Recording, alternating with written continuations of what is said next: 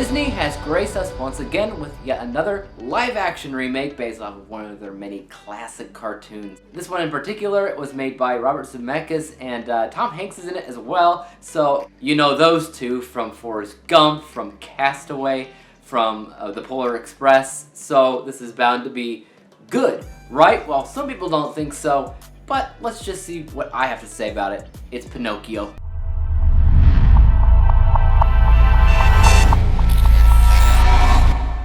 Pinocchio is a timeless tale. We've all heard the story about 1.5 billion different times. It's about a puppet that magically becomes alive, and of course, his crazy, turbulent journey of adventure and self-discovery as he tries to figure out what it'll take to become a real boy. I don't know how you feel about, these live-action Disney remakes.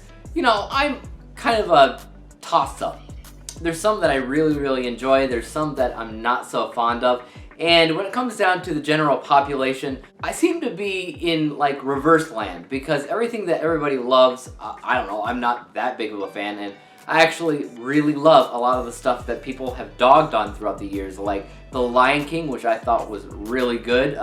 Cinderella was one of my favorites for a long time. I honestly love Mulan, and so many others. There's not a ton that I hate. I don't hate any of them, actually. However, a lot of people love The Jungle Book.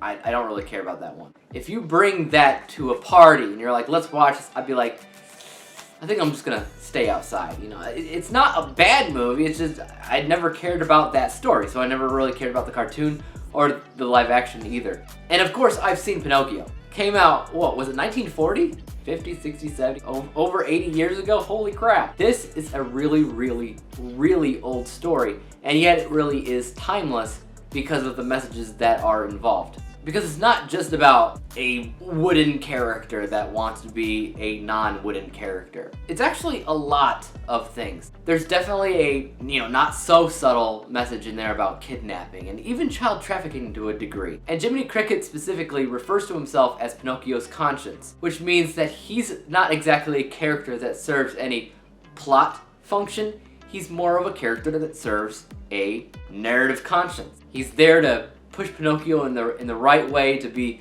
a good person. Because throughout watching, you might watch the movie and be like, could this film be told without Jiminy Cricket in there at all? Because I'm pretty sure it probably could.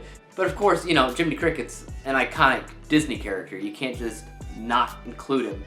And I find it interesting that Joseph Gordon-Levitt provided the voice, because I didn't hear that at all. I heard Jiminy Cricket. That was kind of crazy. Because not only is it like a coming-of-age tale where he's trying to become a real boy, but he's also learning a lot of things along the way, like don't trust weird strangers that invite you to do things in the middle of nowhere. Also, be careful what you wish for, even if you wish upon a star, because the whole Pleasure Island thing, the idea is that it's running amok by a bunch of kids that have no parental figure. And so part of that coming of age thing is like, you might think you know what you want here, but if you get it, things are going to get crazy, they're going to get bad really fast. You might find yourself turning into a donkey. Spoiler alert! Obviously you know how the story goes, but the donkey is another symbolism thing. It's children are left to their own devices, they can turn into animals, at least that's how I took it, because that's technically what happened in that scene. But yeah, this film is filled to the brim with messages, symbolism,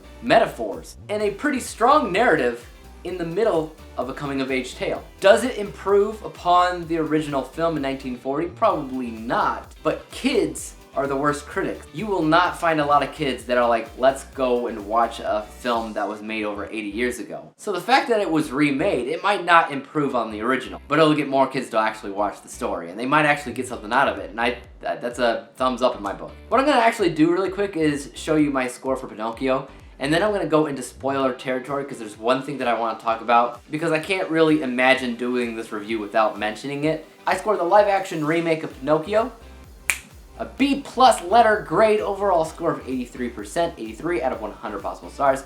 So I wouldn't necessarily call it the best live-action Disney remake that we've gotten. I'm not entirely sure what is at this point, but that's besides the point. I want to talk about a spoiler really quick, and this has to do with the end of the film, so if you haven't seen the movie yet, I suggest and recommend you do that now, because I don't want to spoil the ending for you. But the biggest shock and surprise to me when it came down to Pinocchio was that it followed the original cartoon incredibly closely the entire time, other than the very end when Pinocchio is not transformed into a real boy whatsoever. He remains a puppet. And the idea there is that the filmmakers were going for more of a meta approach. That it's not about this boy's appearance that makes him a real boy. It's more along the lines of what he does, what he says, how he cares, and how he loves that makes him a real boy. And I thought that that was actually smart. I have no qualms with how they ended it. It makes a lot of sense for 2022 for that to be the actual ending that we got. Because back in 1940, we had a very cut and dry, black and white view of how the world worked and what made a boy, what made a girl, and it's not the same anymore. So the fact that they kept him a puppet, I love. But other than that, guys, that's really all I had to say about the spoilers. Did you see Pinocchio? And if you have, please let me know your thoughts in the comments section down below. What do you think about that ending? As far as YouTube, you guys know what to do. Hit the like, hit the subscribe button, and hit the bell to be notified when I come out with my next review.